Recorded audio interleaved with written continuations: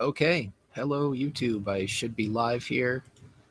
This is just an unplanned solo stream, so I'm not sure how it's going to go, but we'll see what happens. I'm waiting for YouTube to catch up. There we go. Okay, YouTube has caught up to the stream. So I selected a bunch of random things to talk about. Um, Maybe I'll come up with some more as time goes on, but for now, let me get to the screen share here. If I could see what I'm sharing, that would be great. It's been a while since I've used Hangouts. Present to everyone. There we go. Okay, so I'm showing the live stream currently. Fine. All right, so we have more. I covered this already a bunch, but just wanted to quickly go over this again. Apparently, feminists have an obligation to see Ghostbusters, and as usual, the reasoning behind that. I'm not even going to go through this article completely, but it's ridiculous because all they're doing is spinning it as nobody wants, people are crying out about this movie because it stars women, and it's absolute bullshit. It makes no sense. There are so many movies that star women as the lead characters that everybody loves, and there's no complaints about them. I mean, they act like all this hatred just comes on the basis of their gender. Meanwhile, nobody's talking about how people hated, the most recent Indiana Jones movie, and that starred the original lead actor, Harrison Ford. So it just doesn't make sense. They want to make it about gender, and I think it's to create controversy, for clicks. They see that the sexism narrative is big right now, and it's what people want to hear about. It's what people want to be outraged about and talk about. And they really want to drive that idea home that sexism is a massive problem, and I don't think it's as nearly as big of a problem as they make it out to be. Oh, hey, how's it going? So I've got at least 2 viewers.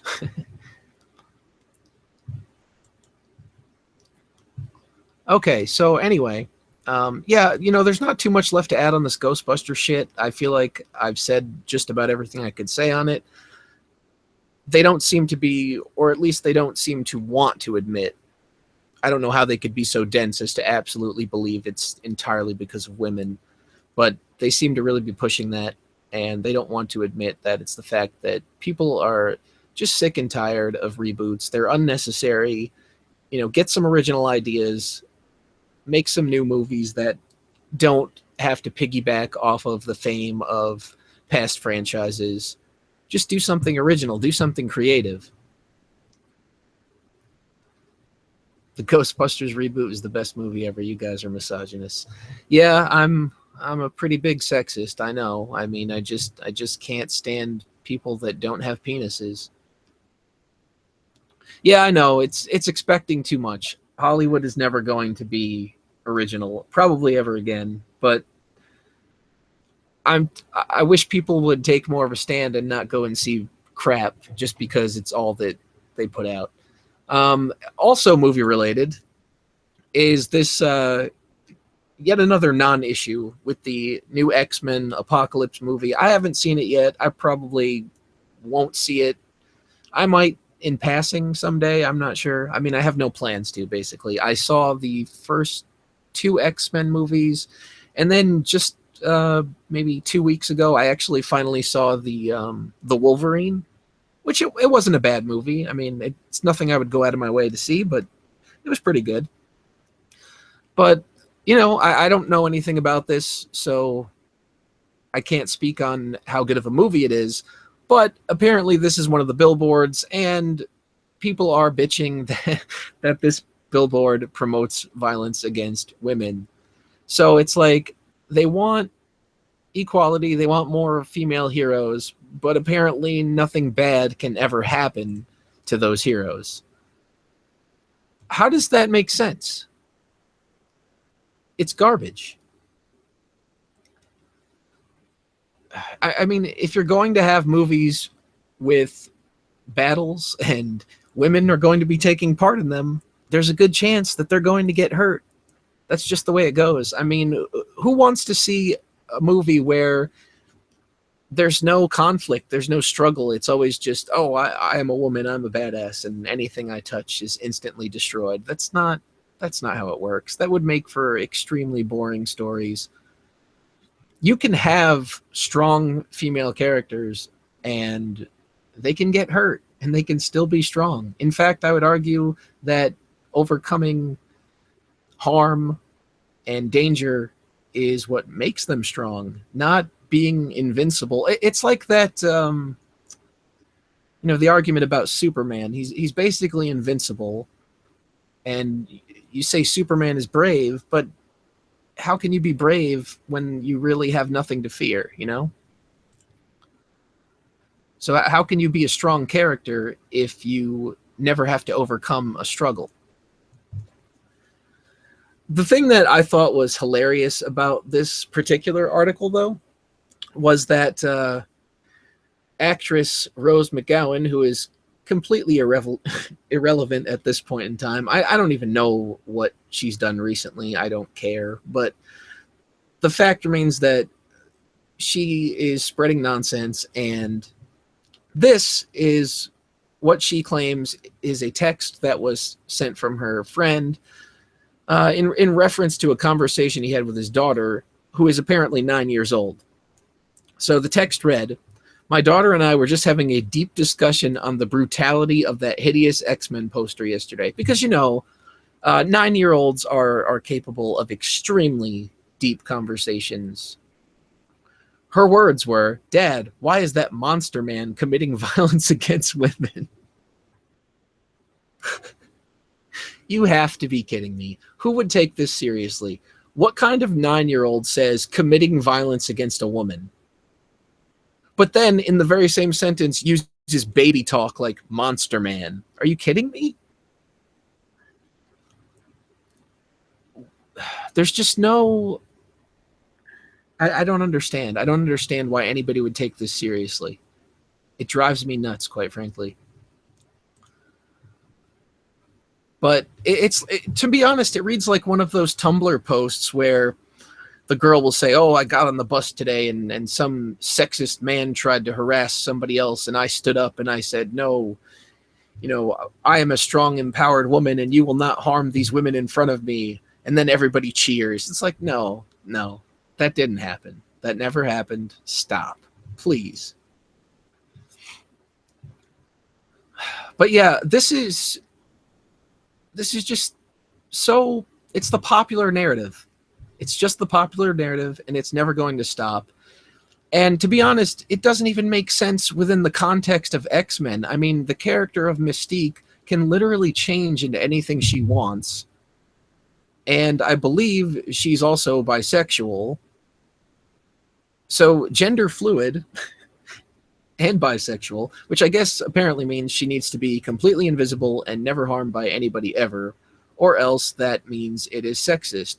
And I don't understand. I mean, would it mean that you can never have such an advertisement simply because the person on the receiving end is female?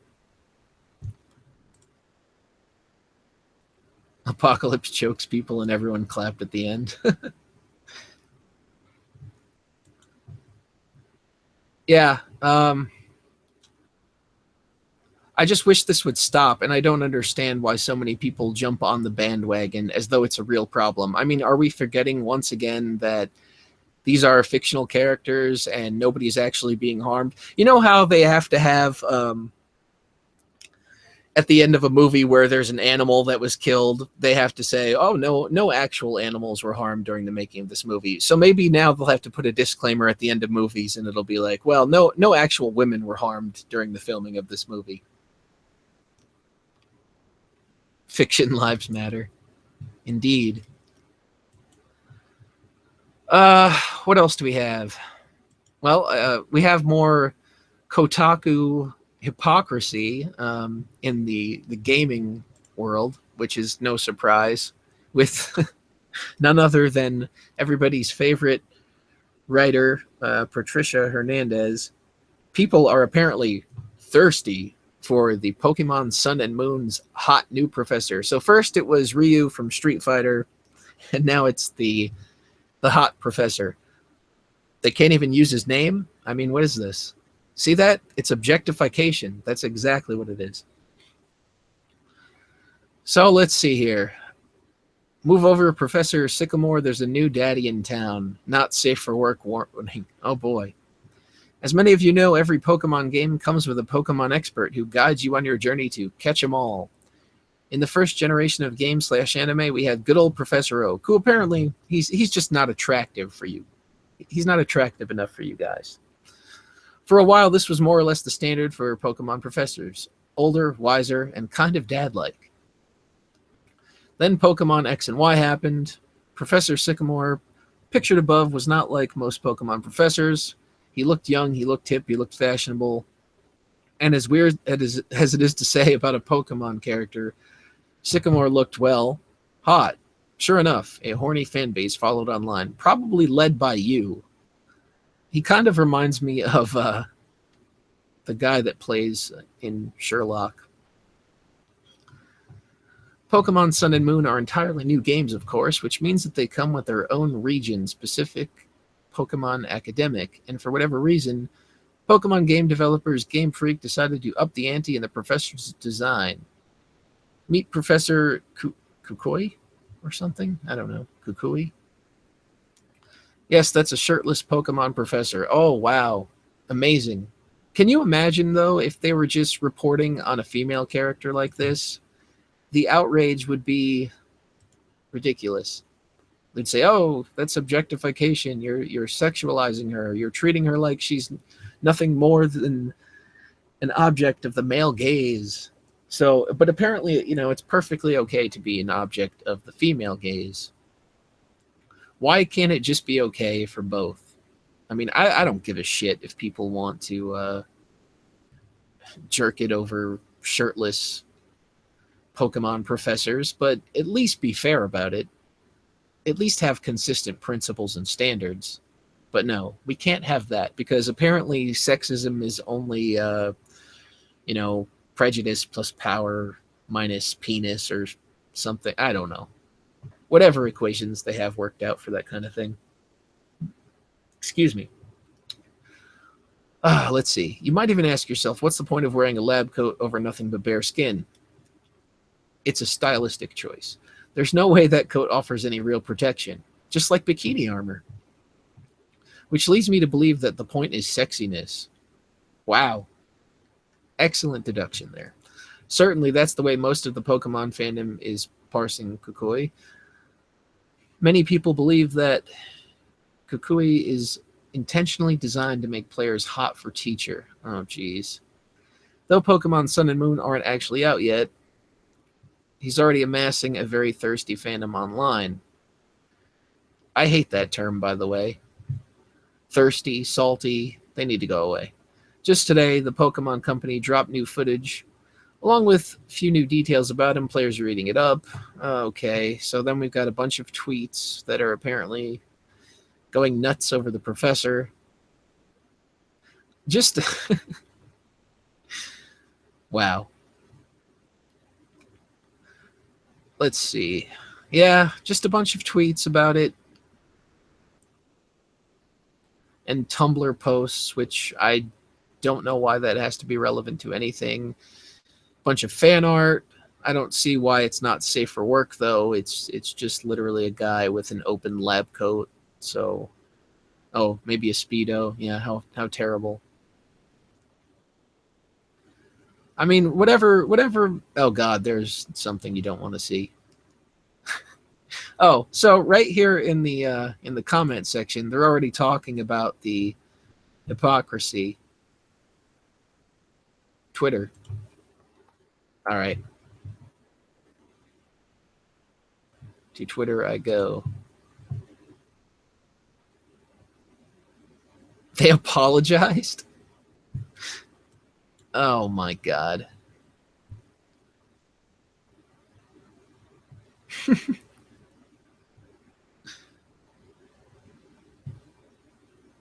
Or is this a joke? Did they really apologize? Or am I being duped?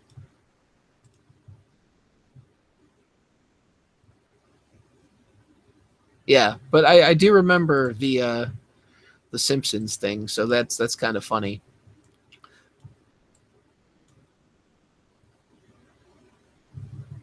Ah, absolutely ridiculous.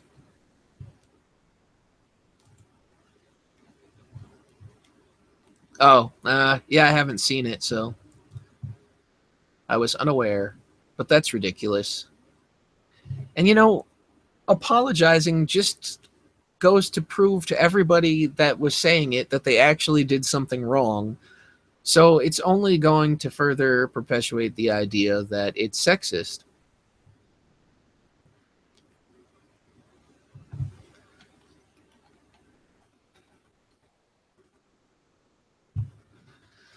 But yeah, so the comment section is a thing of beauty because the first comment reads, "So where's my Sarkeesian? I want some internet outrage over the over-sexualization of Pokemon professors. Tumblr, here I come."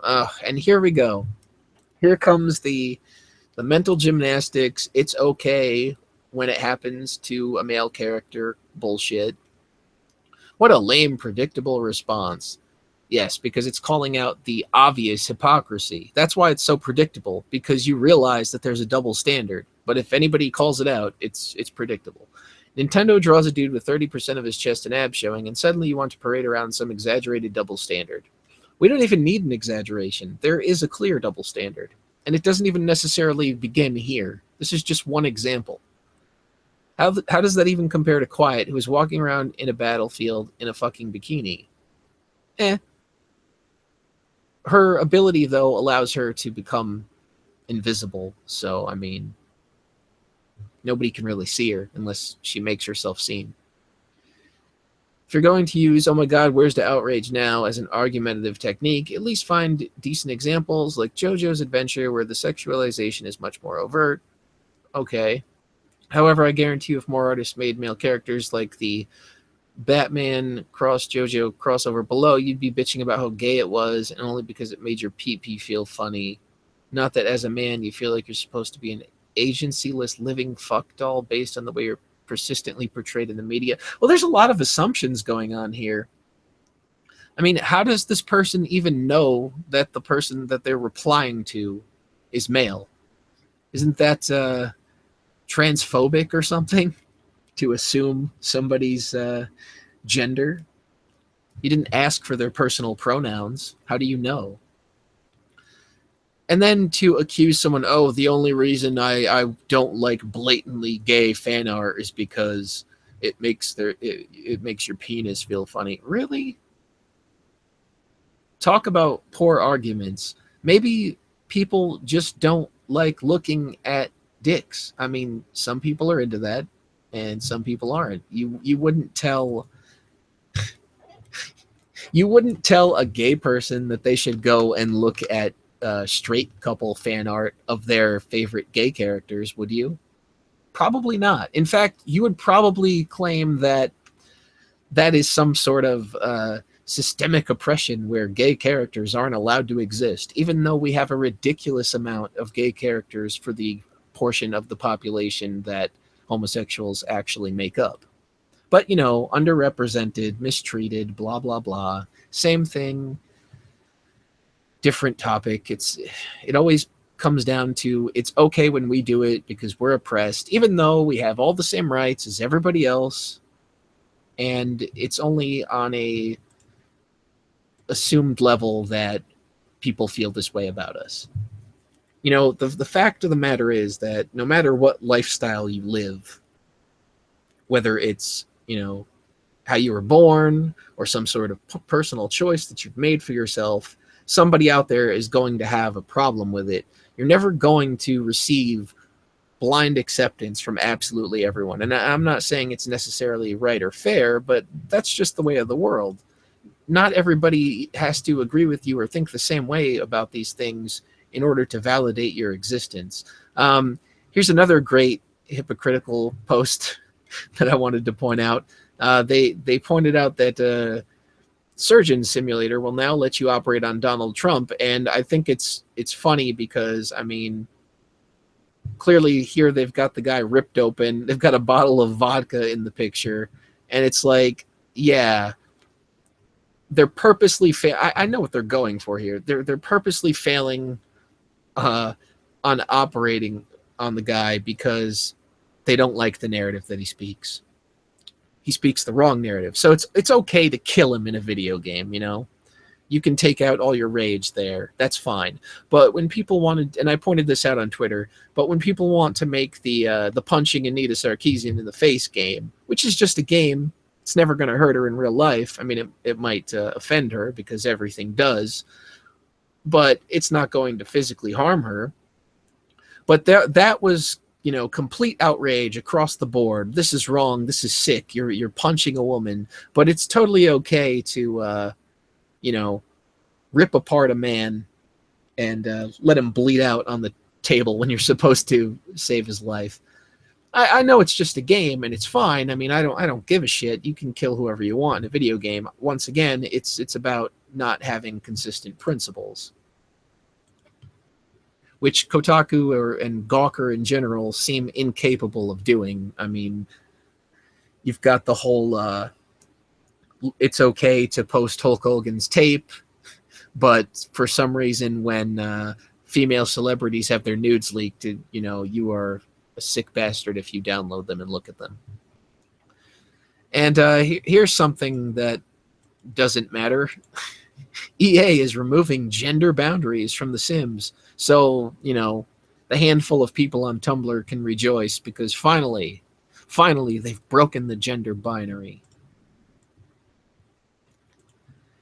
It's just never ending with these guys. Like, of all the things that you could do to make a game better, this is not one of them that I would think of.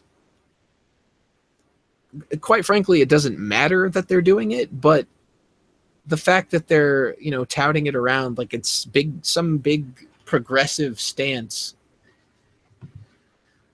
which is pretty much what everything is now. You know, every company has to come out that they're LGBT friendly, and, you know, they want to make these people feel comfortable and valid and safe. It's like, why is everybody's identity so fragile? Or why is the entirety of their identity built upon their sexual orientation or their so-called gender identity? Those shouldn't even be remotely the most important things about you.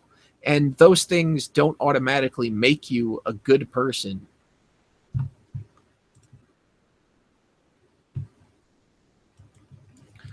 But I'm quite tired of this, really. It just, they keep pushing and pushing and pushing, and it's just unnecessary. So let's see. This isn't too long, so I'll just read through it real quick. While The Sims has always been a sandbox of possibility, up to and including misguided romantic affairs with death, it's still drawn lines in more traditional places because, you know, the existence of boys and girls is just so traditional. There's absolutely no reason why that's a thing in reality. Now, though, EA and Maxis are erasing a few of them. For starters, the gender binary. Previously, Sims games, including the most recent installment, Sims 4, restricted some clothes, hairstyles, and other options to male or female characters. Could it be so that you could differentiate them? No, that can't be it. It's got to be to oppress the gender-fluid people on Tumblr. Today, the Associated Press reports Maxis is releasing a Sims 4 update that will remove gender boundaries from character creation. So, if that's the case, why even have gender anymore? Why not just have a blank slate human figure, and you can just customize it any way you want, and you can call it Z and call it a day? It just doesn't make sense. If there's no difference between genders, why do you need different genders? Regardless of gender, Sims will be able to have any physique, voice, and attire. So, okay, wow. On top of that, players can now change Sims gender whenever they want, and they can designate which Sims are capable of reproducing. So I guess men can have children now. without, I guess they can carry children. How they're going to squeeze that out of their penis, I don't know. But perhaps it doesn't matter because men can probably have vaginas according to their reasoning too. The Sims series has allowed for same-sex romances since the original. No marriage until Sims 3, though. Oh, boo-hoo. But trans, non-binary, and other gender identifications of players choosing are new territory. This is a big step. Yeah, a big step in a giant pile of horse shit. It's not a first for video games. The Saint Rose series has allowed unfettered character customization for a couple installments, and games like Dragon Age Inquisition and Baldur's Gate Siege of Dragonspear have taken stabs at depicting non-player-made trans characters, but every bit counts. I'm curious. I still don't have a good reason as to why every bit counts. But this is from, Nathan Grace and I Have No Standards, Kotaku writer, so no surprises there. Let's see. We can look through the comments just a little bit. I feel like when I last looked at this, there were a few. Is the game going to gain anything from this? I mean, I approve of this decision, but the game is 2 years old. Of course, you have to point out that you approve of it because, you wouldn't want to be called a bigot. Are they going to gain new players by making this change to a 2-year-old game? Well, it depends if they've posted this announcement on their Tumblr page or not. They're getting ready to release another expansion, so Sims games are wont to do additional publicity for them, more options for the players. I choose to be an optimist and believe they did this just because they felt it was the right thing to do. I'm curious as to what makes that the right thing to do. Like, do you have to have this in every game now in order to be open and accepting? I get that The Sims is the type of game where it's all about creation, and so the more options really in that type of game, the better. It's not so much that they've decided to do that. It's really the way that these companies go about it and the way that the fans react to it. It's like, oh, this is one big giant step in the direction of progress. It's like, come on, guys, it's a video game. That's not. I mean, a lot of people were already trying to create non-binary characters and pushing the boundaries of what's possible with gender within the game. Whatever they gain something from this or not, it's still a great move from the developers and just more freedom for people. I mean, I'm personally not going to stand up and applaud such decisions because ultimately I don't think they matter. I'm not sure I'd say it's purely altruistic, but the fact is they know that the audience for the Sims franchise is extremely diverse and that the community will be welcoming of this type of change. So they're just trying to satisfy their community. The fact that it lines up with what's right and good is icing on the cake.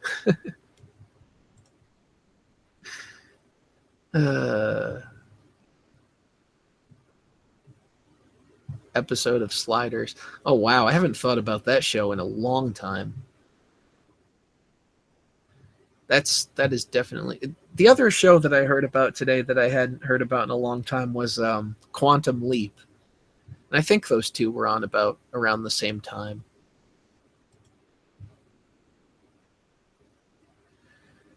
Let's see.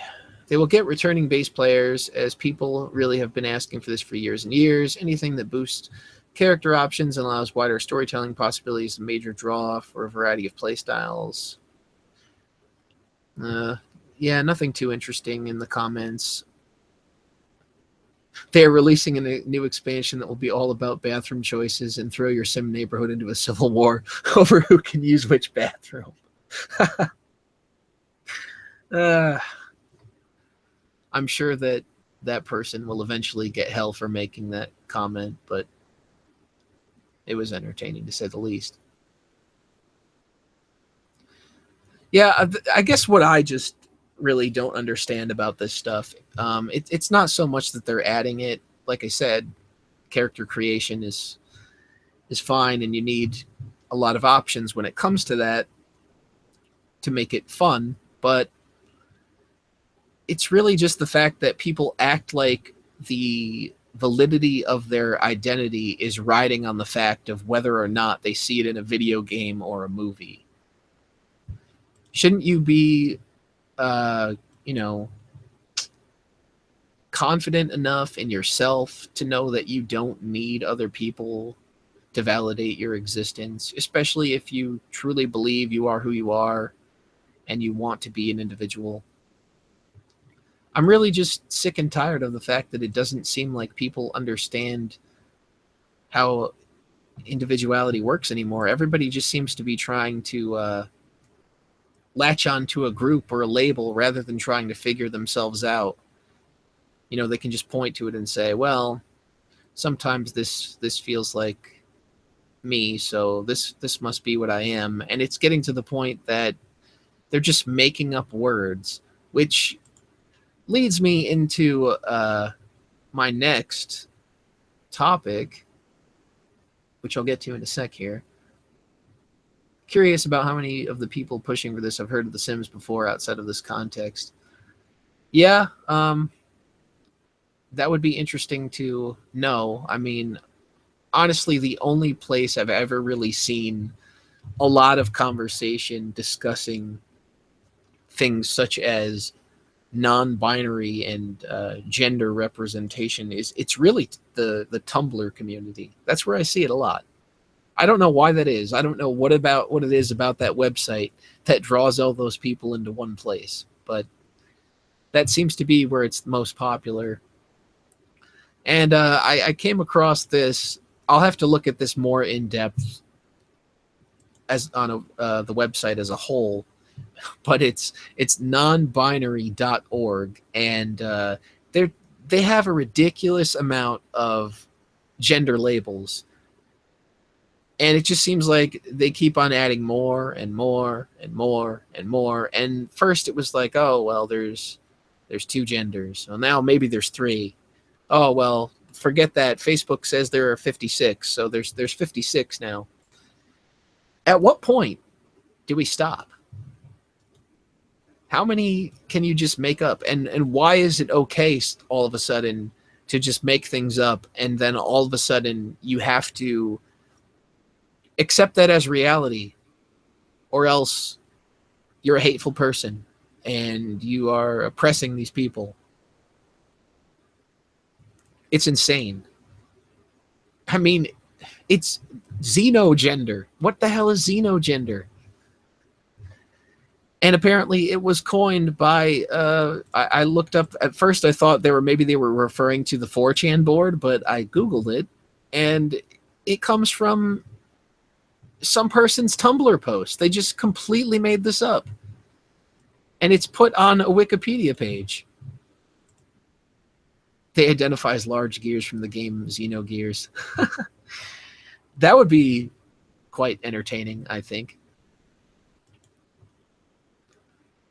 But I guess they already have the whole fiction kin or fictive or whatever they call those people that identify as fictional characters, which apparently is also valid somehow. I don't know how, but apparently I just don't understand. I don't understand the struggle, you know? I can't put myself in their shoes and feel sorry for their situation. But let's go through this and just see what kind of crazy nonsense they're coming up with. I have to zoom in a little because the text is pretty small for me. Okay. Must be getting old. I've done a lot of thinking about identity in terms for gender. I bet you have. Out of my own desperation to come up with something that isn't necessarily a gender, but something that isn't just partly boy or girl. So, under the cut is a list of non-binary terms I came up with over the course of a very long day, consisting of 3 plane rides. And what about this says that we're supposed to take it seriously? Feel free to add, expand, and modify this list as you see fit, and please pass this along. Yes. Spread that cancer, and don't ever let it stop. Edit, now with 4 new terms / definitions. Ooh. Gender identities that I came up with and liked. So they really are just making stuff up, and it's perfectly okay with them. And then, You know what? We're going to have to go over to the comment section of my gender fluid video that I put out a week or two ago now. Because the comment section is just as insane as this. And a lot of people might have missed out on that. So we have X gender / E gender. A gender is like saying E. What? None of the above for gender, but X gender / E gender is like refusing to answer the question, crossing out the words, or eating the paper the question is written on. It's an outright refusal to accept or identify in, on, or around the current gender hierarchy. There's a gender hierarchy? Okay, sure. So we finally learn what xenogender is, a gender that cannot be contained by human understandings of gender. More concerned with crafting other methods of gender categorization and hierarchy, such as those relating to animals, plants, or other creatures / things. Is the last bit referring to aliens? Is that where we're going with this? Really? I feel like I should pull up that Ancient Aliens meme where he's like, aliens. Micro and macro gender. Small and large feelings of gender that are not identifiable within the current social gender categories. This is awful.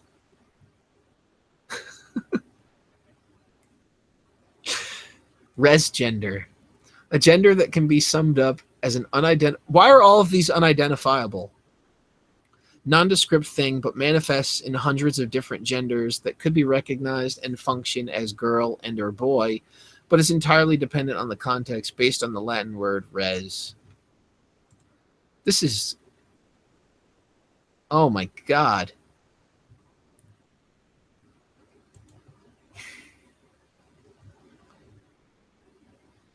My brain hurt. I feel like I'm losing brain cells reading this.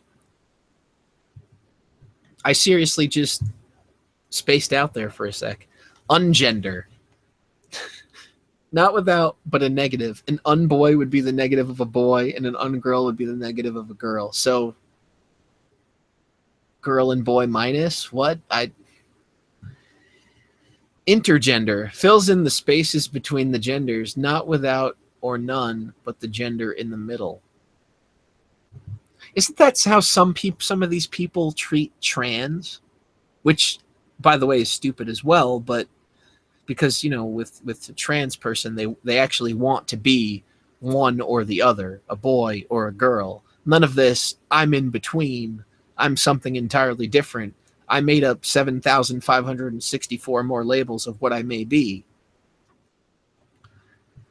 Subgender. Under the threshold for having a gender, sub-boy and sub-girl are close, but not quite boy and girl. Subgender could also be an umbrella term for identities that distance themselves away from the current dichotomy but do not fully separate from it. Yeah, these are definitely people that are desperately trying to be unique. And it just sounds like a bunch of made-up bullshit, because that's exactly what it is. I mean, how can anybody expect this to be taken seriously? Pre and post gender. Before and after a gender. Pre-boy would be moving to identity as a boy, but has yet to fully embrace the term. And pre-girl would be moving to identity as a girl, but has yet to fully embrace the term. Post-boy would have moved... I remember the days when a post-boy was just somebody that worked for, somebody that just worked for the post office, somebody that just delivered the mail. I miss those times. But I suppose post-boy is sexist now, so post-person would probably be the non-offensive version. But then again, they also have post-girl here. Necrogender, a gender that used to exist but is now dead.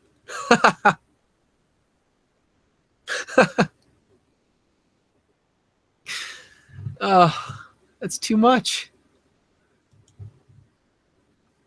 Has to be a joke. Come on, man. Gray and gray gender. A gender that cannot be pinpointed / identified as any one thing, like gray sexual, somewhere between sexual and asexual. Gray and gray gender are somewhere between agender and what? Blank underscore gender? I don't understand what they're going for here. They're actually linking to, you know what? Oh my god. They're linking to another post. Well, we can check this out in a sec. Honorable mentions for words I came up with but could not define. Oh my lord. Are you serious? Pengender, syngender, obgender, pragender, altergender, aliagender.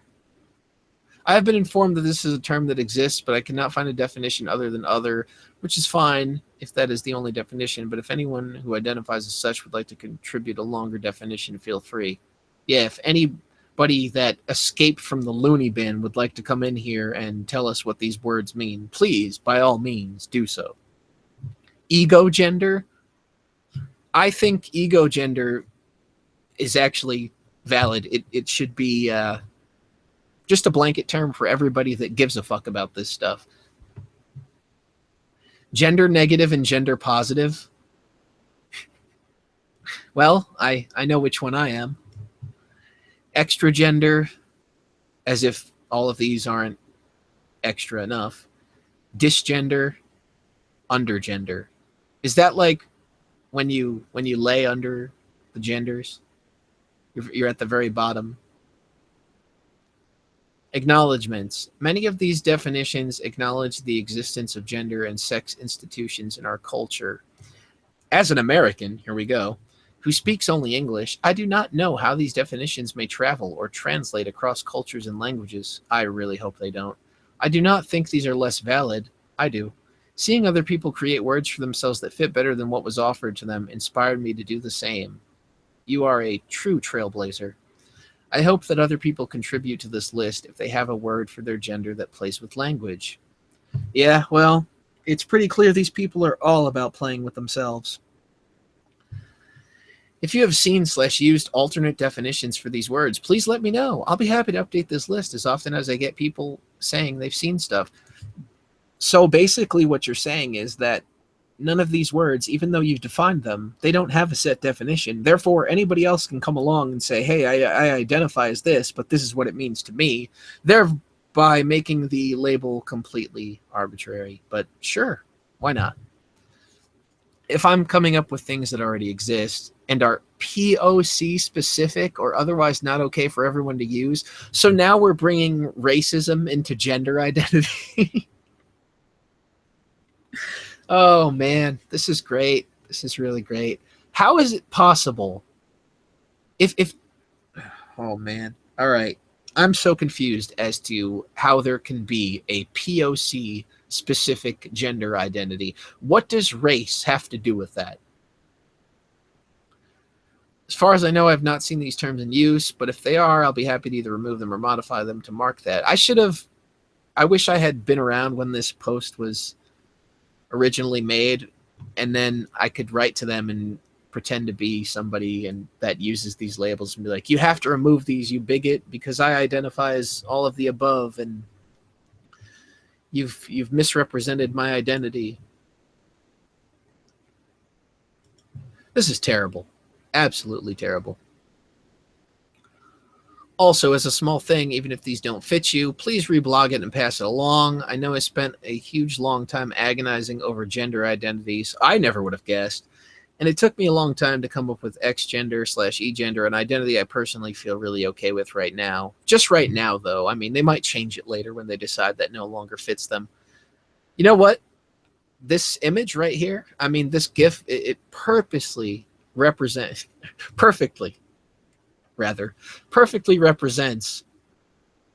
what we need to do with Tumblr as a whole. Somebody just needs to edit the Tumblr logo into Link's arms right about there so he can just chuck that shit right off the cliff into the water. Because this is awful, and this is terrible. They should not be spreading this to stupid, impressionable children that are confused, and they're going to read all this shit, and they're going to be like, oh, well, maybe that's me. No, stop that. Stop that right now. As POC, I am now taking the word gender. Now it's offensive for everyone other than my exact color to say. Oh, this is too much. Let's see. Next. Land of Feelings and Flight. Great. I feel like I've come to a wonderful place. And here we have, oh, wow. This has 2,111 notes. I sure hope that a lot of these responses or reblogs are decrying this post, but I have a feeling it's blind support for the most part. So before we dive into the actual post, let's see what this person has to say about themselves. A fat, white, nerdy, gray gender aero ace with any pronouns. Okay. Land of Feelings and Flight. Well, you said you were fat, so you're probably not taking flight anytime soon.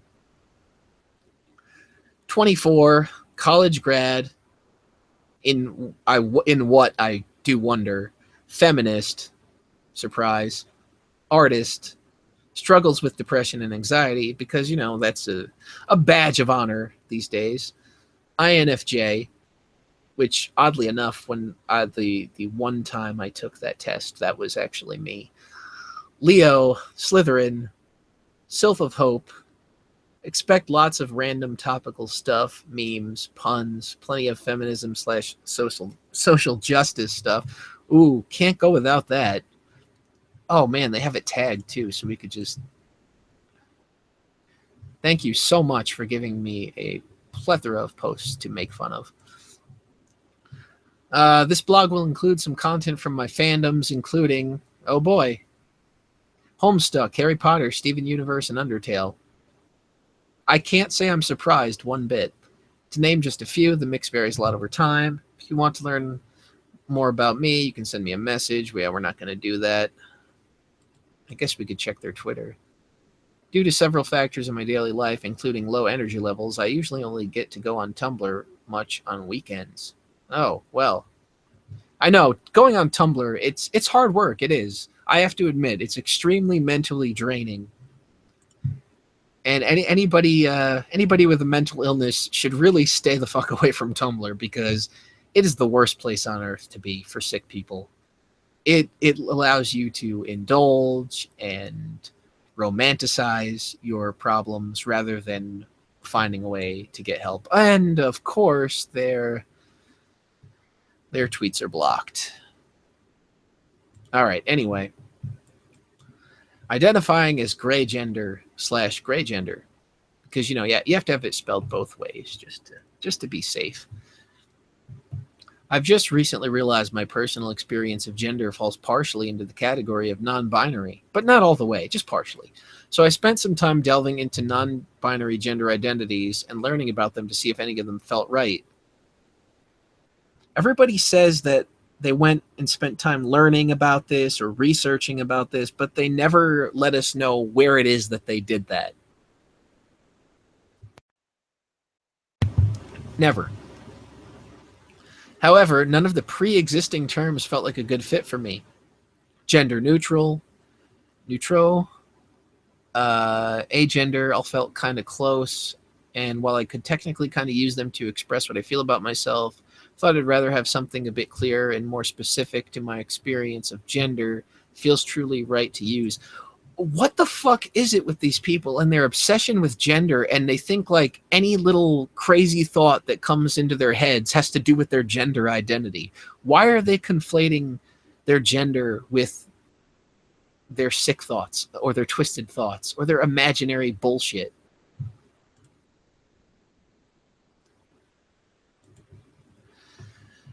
After trying to sort out and define exactly how I experience gender, I realized that it felt a lot like how I experienced my gray sexuality and gray romanticism.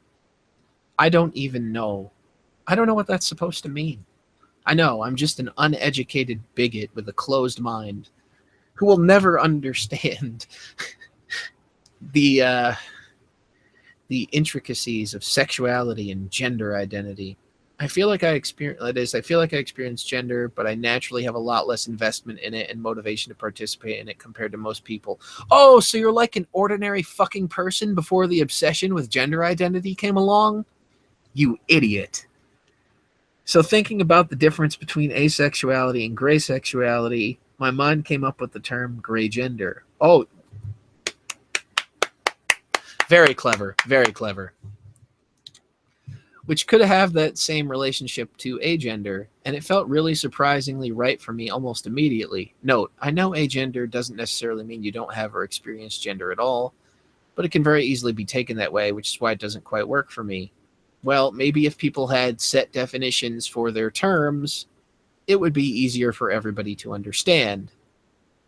But since you have no set definitions because you made the whole fucking thing up, it makes it a lot more difficult to define things. Below, I'll explain gray gender and what it feels like more.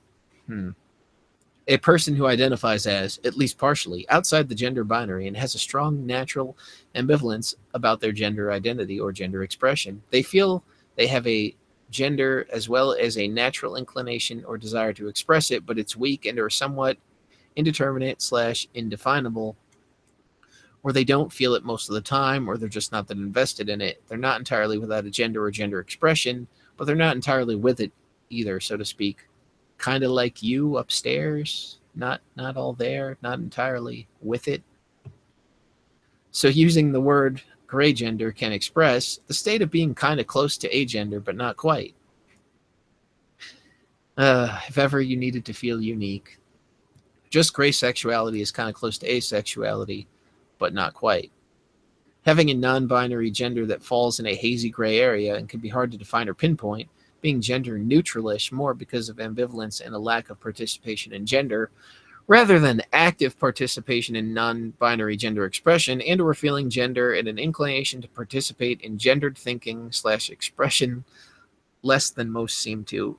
So basically, a whole entire paragraph that said nothing. I'm making this term and using it because it feels right for me as opposed to most pre-existing non-binary terms, especially because it expresses my passive, weak, vague, rare experience of gender. If it feels like it hits home for you, feel free to use the word for yourself. And so the seed was planted. Wow, you've got to be kidding me.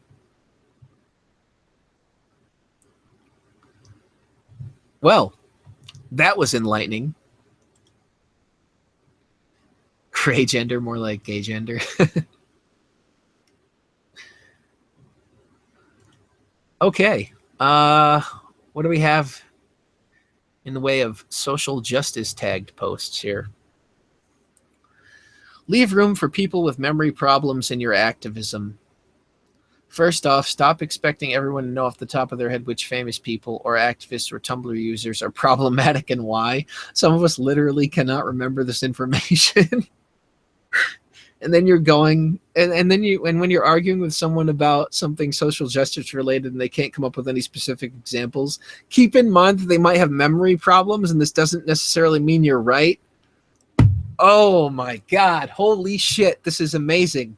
They have come up with an excuse for everything. So now if they can't come up with an example, if you ask them for a specific example pertaining to the issue they're speaking to you about, and they can't come up with one, it's not because you're wrong or they're wrong. It's not because you're right. It's because they have memory problems. You fucking ableist piece of shit. Just remember, memory problems, people with memory problems exist, and we can't participate in activism the same way that others can. So stay the fuck out of it. Stay out of it, because Tumblr is not the place for activism anyway.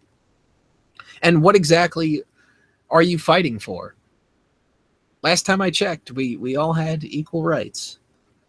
And it really is tagged with ableism. No joke. I've been actually dealing with some memory-related issues, and I don't know if it was just related to some of my health issues or depression or whatever, but you don't see me writing a fucking excuse as to why I can't come up with examples. If you've got memory problems, write shit down. Make a notepad file on your cell phone. Stick a Post-it note to your forehead. Something. Something that shows you're putting in some effort.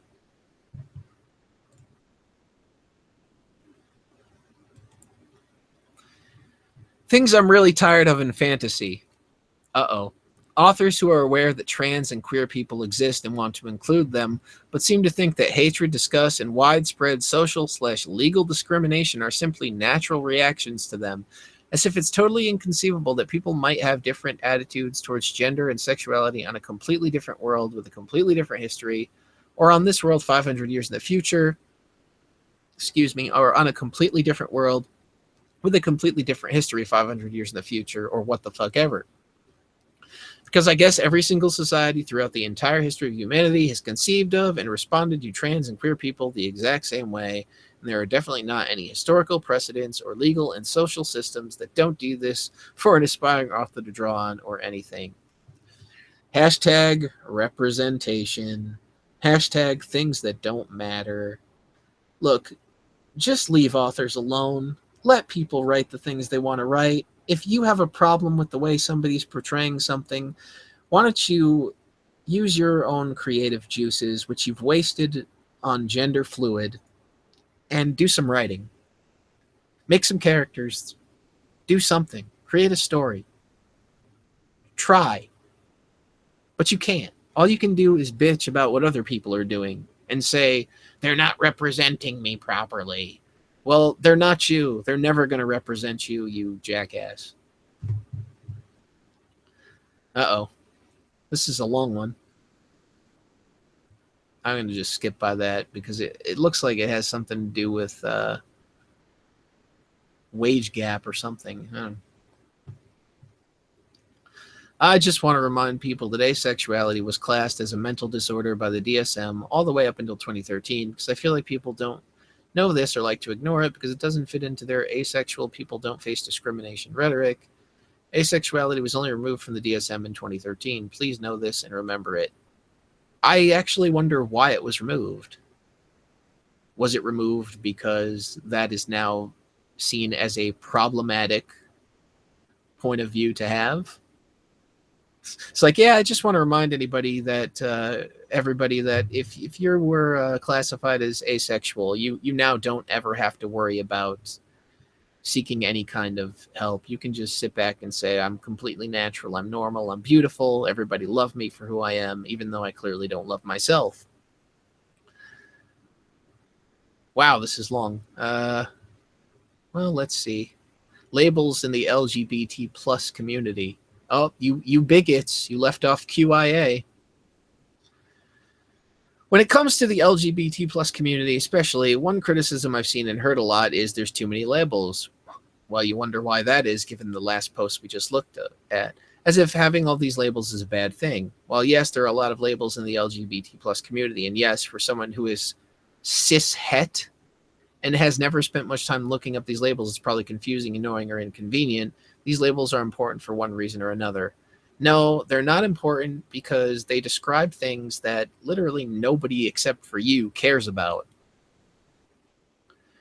It's much easier to quickly label yourself as I'm agender, demisexual, and gyno-romantic than to say I don't feel as if I fit the general definitions of what it means to be male or female, thus I am agender. I'm only sexually attracted to those whom I have established an emotional and romantic connection with, kind of like a normal person, and I'm only romantically attracted to women. Oh, but wait. I'm only romantically attracted to women. Isn't that transphobic according to your line of reasoning? Because apparently men can have vaginas now? Again, to a cisgender heterosexual who has never even heard of these words before, these labels are just confusing. To people within the LGBT plus community, or to people who study and are close allies to the LGBT plus community, in other words, self-loathing straight people, these labels are a very quick and easy way to identify what this person feels about their gender and who they're attached to and under what circumstances they're attracted to someone. It allows people who might feel like they're the only one experiencing gender dysphoria to find other people who feel similarly about their gender. It allows people who might feel as though they're broken or not experiencing any sexual attraction to anyone to find others who share these feelings and experiences and to bond over them. This is what builds a community. It's part of the ground on which the LGBT plus community stands on, a very fragile ground that is very often shown to be hypocritical in their lines of reasoning with inconsistent standards and definitions. If these labels to people who are unfamiliar with them are just too much for you to remember, that's fine. There are many people within the LGBT plus community who are confused slash unfamiliar with many of these terms as well, which should fucking tell you something, but it won't. But if you see a term that you're unfamiliar with, there are tons of websites with lists of gender slash sexuality terms with their definitions that you could look up. Yeah, and all of them were completely made up by morons on the internet. The internet is a fabulous place. You could also just politely ask the person using an unfamiliar label, "Excuse me, but what is a pansexual?" "Well, that's when I have sex with Rachel Ray Cookware." To which they would politely answer, "A pansexual is a person who experiences sexual attraction to people of all gender identities." And if that isn't clear enough for you, most people are willing to engage in a conversation if you reach out and act politely towards them. Actually, most people are more likely to call you out for being a rude bigot for asking them for you to educate them on the intricacies of their identity. But we can just safely gloss over that. Instead of just pointing at someone with a bunch of labels and saying, "Oh, kids these days thinking they need to label everything." They have a defense for everything. Just sit down and take a second to think about what these labels are for. Narcissism? They're to help people better understand themselves and one another, to build a community based off of friendship, respect, and support. No, that's bullshit. Better understand themselves? You don't need a label to better understand yourself. In fact, the only time you would use your label is when you are describing yourself to somebody else. You're looking to validate yourself to someone else based upon this identifier. Think of it this way. If you call yourself a conservative, you were using a label. I like how they brought up that label, because that would be the enemy label. You use this label so you can quickly tell someone that you hold certain viewpoints. You can quickly identify people that you agree with, and so you can selectively converse with other conservatives, build a community with them, and gather with them if you so choose. Yeah, but conservatives aren't even allowed to have a community anymore because apparently they are just the KKK or whatever. If you're part of a fandom, for this case, we'll use Pokemon. Although I don't know why you'd use Pokemon, because according to Tumblr, Pokemon is ableist for having paralyzed as an attack. And you see that someone has Gen 1er in their bio on social media, you'll know that this person definitely will not want to hear you talk about how great Litwick is, because it's just a candle with eyes. Labels, like it or not, are integral to how people communicate with one another. Yeah, but if nobody knows what labels you're using because you made them up and you're the only person that knows them, it's completely pointless.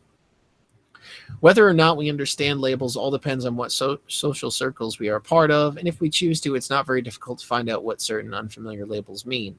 Criticizing the LGBT plus community for having so many labels is silly, especially when we take into consideration that we all use labels to describe ourselves. Well, at least I'm consistent, because I think a lot of people waste their time using too many labels and not saying enough about their actual character. Not to mention, it undermines the importance of these labels, the effects that these labels can have on young adults and grown adults alike, and how these labels shape a community of people who, now more than ever, are exploring certain facets of life in a way that most people don't, and most people don't care about, because those parts of your life are only important to you, or only relevant to you or the people that you're directly involved with.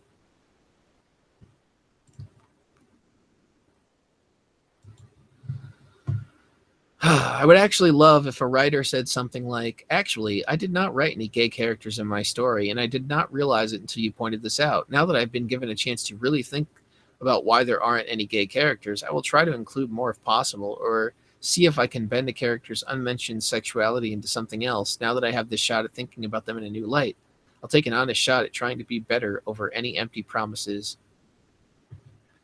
You know what? I would actually love if one of these people that wrote these posts would create something of their own and actually do something, instead of sitting back and trying to police the creations of other people. Why on earth would you expect an author to just randomly make a character gay if their sexuality is unmentioned. If it's unmentioned, how would it even be relevant to the story? If the sexuality isn't relevant, why does it matter?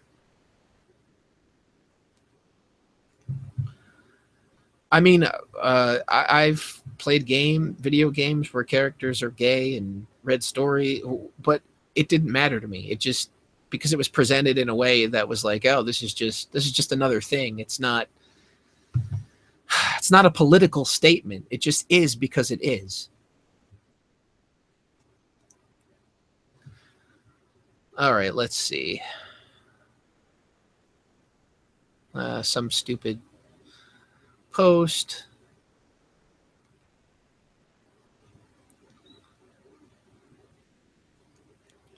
When trans people make posts that are like, hey, if you ever feel like you want to be a boy/girl, you can be. All these cis people who inherently have no idea what it's like to be trans, and occasionally trans medicalists who are just hugely misunderstanding the posts, flock to it to yell about how being trans isn't a choice, you trans trenders. But like, that's fundamentally missing the point of what these posts even mean.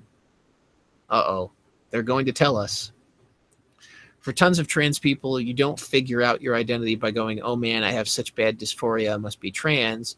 When you combine it with the internalized transphobia that all trans people deal with, dysphoria hardly ever manifests itself as immediately magically knowing that you're trans, let alone even knowing you're allowed to be trans.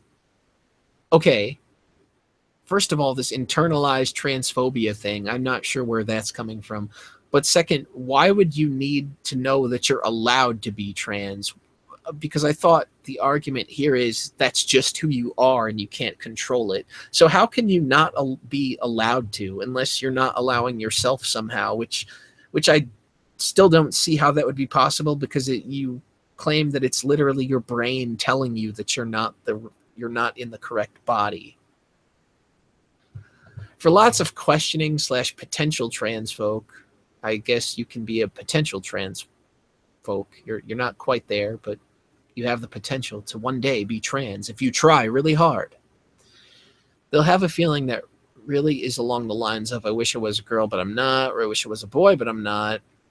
And what opens the door to them accepting their transness is literally just accepting that it's okay for them to be trans. For me, I had a feeling that fits the born in the wrong body narrative pretty closely. I basically felt like I was meant to be a boy and I had somehow been born wrong. I would have said the same thing when I was questioning trans kid, I want to be a boy, not I am, because I didn't know I could be. That hurt to read. Just learning that you're allowed to be the gender you want to be can be the final thing needed to help a trans person figure out they're trans. Can we get a trans counter here? Because I feel like I've said that word so many fucking times. Because we aren't told by society, by school, by the media, by our parents, or anywhere else that it's okay for us to be transgender. Wow, I sure hope oh, wait, this post is only a month old, so that's fucking bullshit, because I constantly see headlines now all the time talking about gender identity, trans rights, fucking bathrooms. That's all we see. It's for the amount of people that are actually transgender, this is being beaten over our heads like a bag of bricks. This idea that you can't want to be trans is so fucking harmful to questioning trans people. Well, you can want to be whatever you want, but that doesn't mean it's the reality of your situation. And I want to kick every cis anti-SJW in the face who screen cap posts that say things like, hey, if you want to be a girl, that's okay, you can be, to make fun of it and call people fake / trans trenders. Fuck all of you for laughing at things you have absolutely no personal experience with. Well, fuck you for making up a bunch of labels that you think literally anybody can use, and just somehow that changes the reality of the situation. I mean, if you want to look at people using gender as a trend, then just look no further than your beloved gender fluid label. Because if we take a look at the comment section of the video that I did on that, tons and tons of teenagers came in there swearing at me, fuck you for saying this, or shut up, or take this video down. One person was like, I'm going to report you to the police. That was beautiful. Something about consent and asexuality, which is it's quite the long post. I noticed that a lot of queer kids, I wish somebody could define what queer means anymore, because I really don't know. It doesn't just mean gay anymore. I noticed that a lot of queer kids feel like they have to tell their friends and family that they're queer, even if they'll be rejected. And I want to remind you all that nobody is entitled to knowing your romantic, sexual, or gender orientations. Nobody. You have no moral obligation to share that information if you're not comfortable with doing so. You're not lying by not telling people or hiding, because it's honestly no one's business but your own. You come out on your own terms when you feel safe and comfortable doing so, or you can come out to a few trusted people if you want before telling a larger group. Don't feel like you owe that information to anyone, okay? Who actually feels like they owe somebody that information? I mean, I imagine that most of the time, first of all, most of the time it's made into a gigantic deal to come out to people. I mean, that's actually a thing that they even post about in the media. They talk about in the news, like, oh, so-and-so came out, as if it matters. This is what happens when you put such a huge amount of weight on gender and sexuality.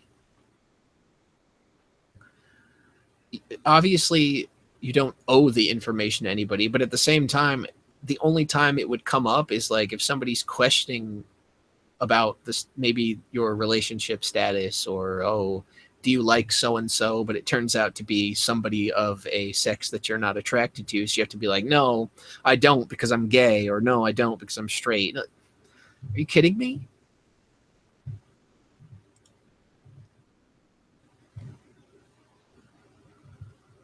Okay. What else do we have?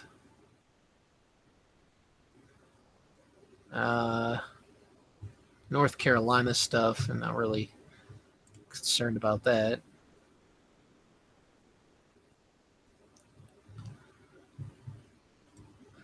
Well, we have gender fluid facts. I mean, we could take a look at this, which is apparently facts all about gender fluid people. And apparently this is the gender fluid flag, because everything needs a flag. And I really like, you really have to appreciate how the pointer here is just glitter. It's like, oh, look, I'm covering these people in gender fluid.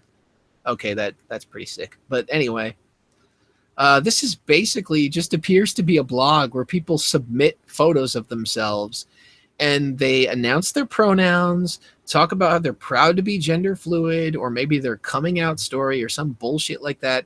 And it's like, oh yeah, you don't owe your identity to anybody, but here we are submitting it to a random blog online so everybody can read it.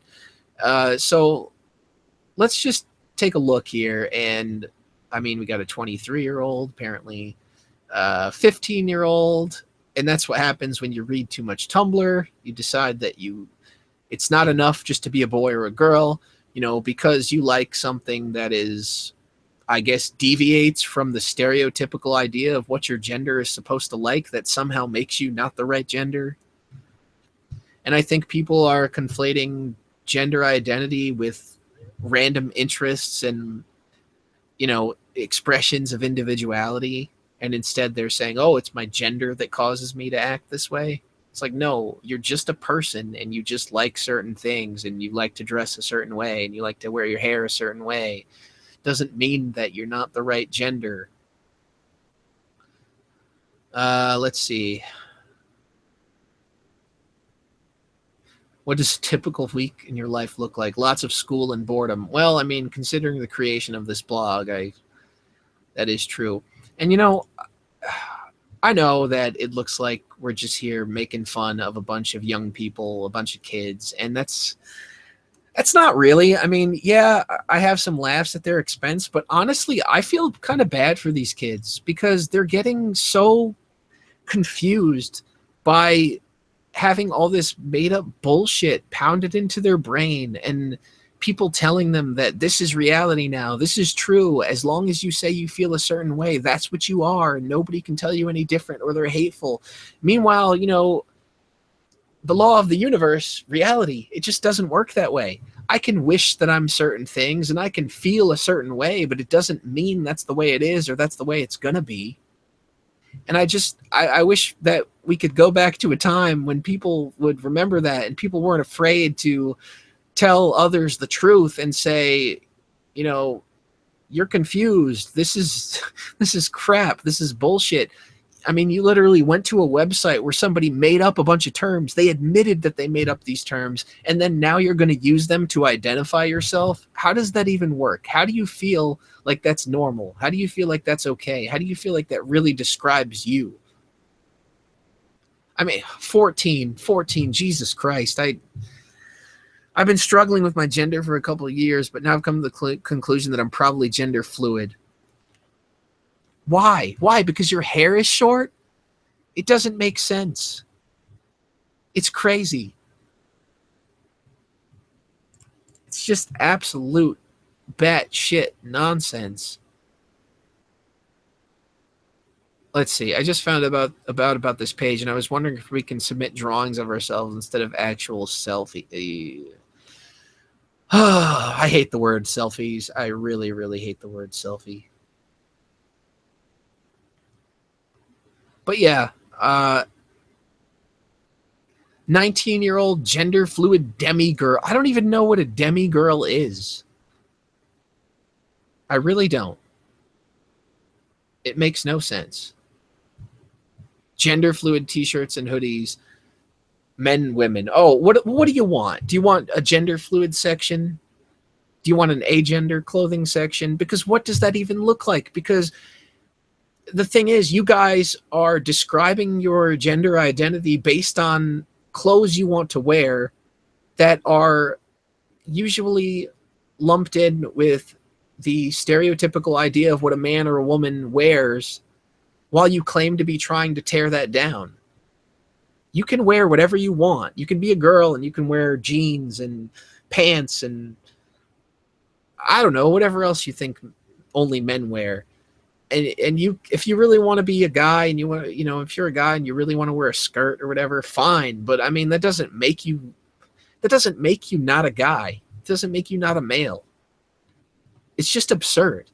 You like what you like. And for people that are so hell-bent on tearing down gender roles, you sure seem to be using them as the basis as to why you don't fit one or the other. Well, here's a crazy thought. Men and women don't fit into little boxes. Not all of them are the same. Not everyone is a stereotypical man or a stereotypical woman. And people like you should be realizing that more than anybody else. Anyway, I think I've been going for quite a while now, so I'm going to cut this. I've probably beaten this topic into the ground, but given that this was just a random stream, and I didn't really have any planning, I appreciate you guys coming out and watching and listening. Thank you, and I will see you next time. Have a good night.